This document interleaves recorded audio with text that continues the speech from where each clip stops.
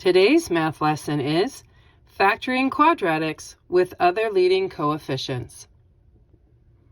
This lesson is almost identical to the previous lesson, where the leading coefficient was 1, and this time it could be all sorts of things.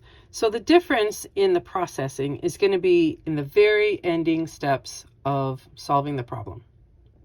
Just like before, we have the standard form of a quadratic equation where we determine the numbers for A, B, and C.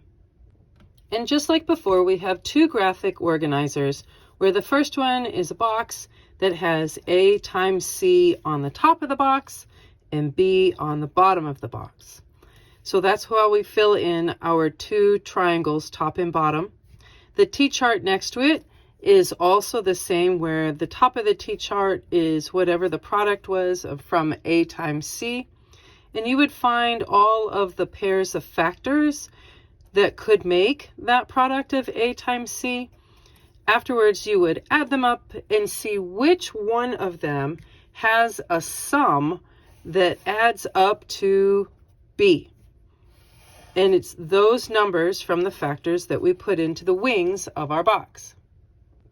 Having the wings filled in our box, this is where we said, okay, so our two quantities are going to be x plus your left wing divided by your A number, and x plus your right wing divided by your A number. Only this time, your A number is no longer 1, so it doesn't just disappear.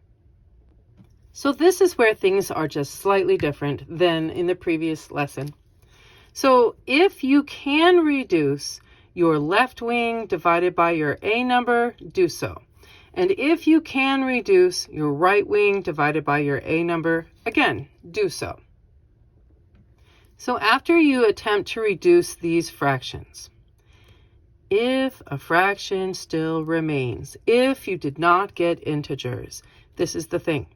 You are not allowed to have a denominator. You're not allowed to have a fraction in the quantity of your binomials. It's not allowed to be there.